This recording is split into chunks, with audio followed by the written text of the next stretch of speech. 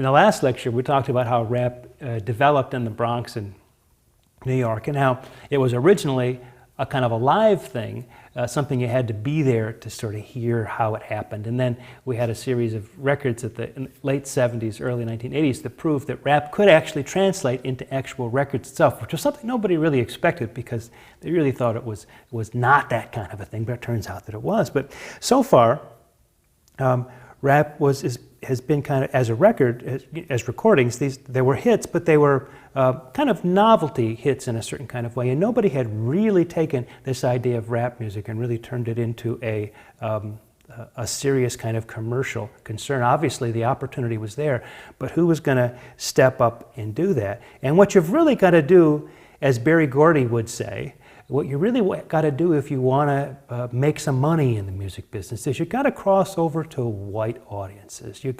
That's where the money is. That's where the disposable income is. You got to figure a way of taking this out of a niche audience and getting it across into onto the white charts and into the white awareness. The people who are most responsible for doing that in the mid and late 1980s are Russell Simmons and Rick Rubin, two guys that went to school together at New York University and founded Def Jam Recordings in New York in 1983. They were really the ones who understood how to bring rap into the mainstream.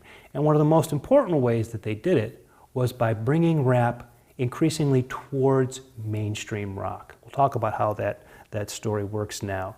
Early successes with Def Jam records was LL Cool J.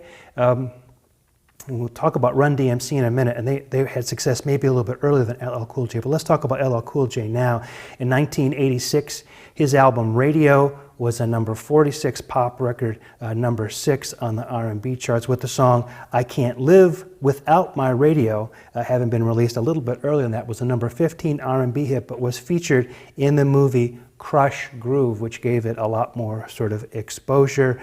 He followed up, LL Cool J did, with Bigger and Deffer, a number 1 R&B record, number 3 pop record in 1987, featuring the song I Need Love, a number 14 hit, a number 1 R&B hit, maybe the first rap ballad. Anyway, 1986, 1987, very good years for LL Cool J. Maybe more important for bringing rap to a rock audience were Run DMC, made up of Joseph Simmons, the brother of Russell Simmons. He's Run.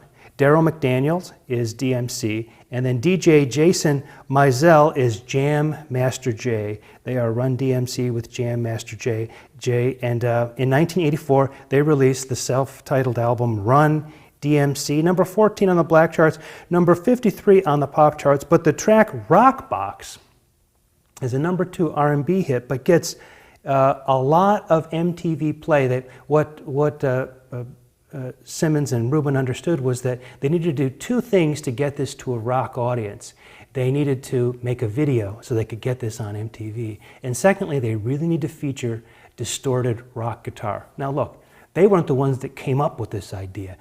Michael Jackson, remember, on the Thriller album, had already figured out that, you know, if he wanted to get even greater crossover appeal, he could do a tune with Paul McCartney and bring Eddie Van Halen in for Beat It. And so this formula of using rock and rollers to sort of draw white kids into this music is something that had already been tried and true. And by the time Thriller had broken the color barrier at MTV, we get to 1984, it was possible to get a video for Rock Box onto MTV. This video featuring a young Macaulay Culkin, remember, of Home Alone, and a guy who was kind of a character actor who was on a lot of TV in the 60s and 70s, a guy by the name of Professor Irwin Corey. Both of them sort of made cameos in this video, and so if you see the Rock Box video, you'll see very early Run DMC together with people with cameo appearances, people who are famous. The whole idea of it was to get the video on MTV to crossover. Run DMC follows up the next year, 1985, with King of Rock, does a little bit better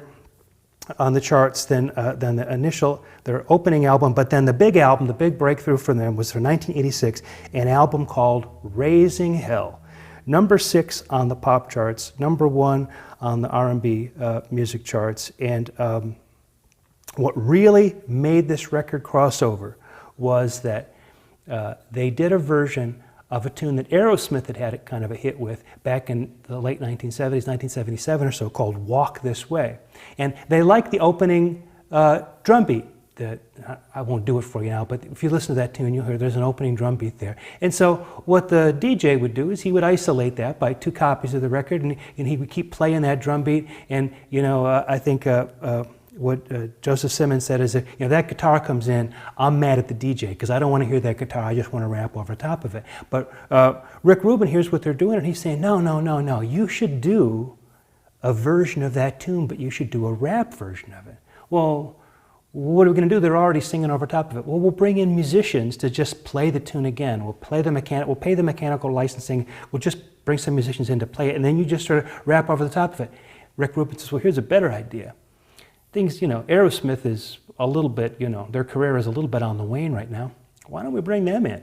So they bring in Steven Tyler and Joe Perry, who re-record. Joe Perry, you know, they get a drummer to come in and do the drum beat. Joe Perry re-records the guitar and the bass part. Steven Tyler does the vocals. And Steven Tyler and Run DMC go back and forth doing this version of Walk This Way. It was fantastic for the career of Aerosmith. It revivified their career, but was also fantastic for Run DMC because Aerosmith were one of the groups that were really, you know, big stars with the white rock crowd that were still populating a large part of the MTV audience. So to have Run DMC doing a rap tune together with these rock icons like Aerosmith really gave it a lot of crossover appeal. And that video played a big role in bridging the gap between rock and rap. However, it must also be pointed out that there was a lot of animosity toward rap music initially in the rock community, and actually it has continued well into the 90s and beyond. This idea that rap music wasn't really music, and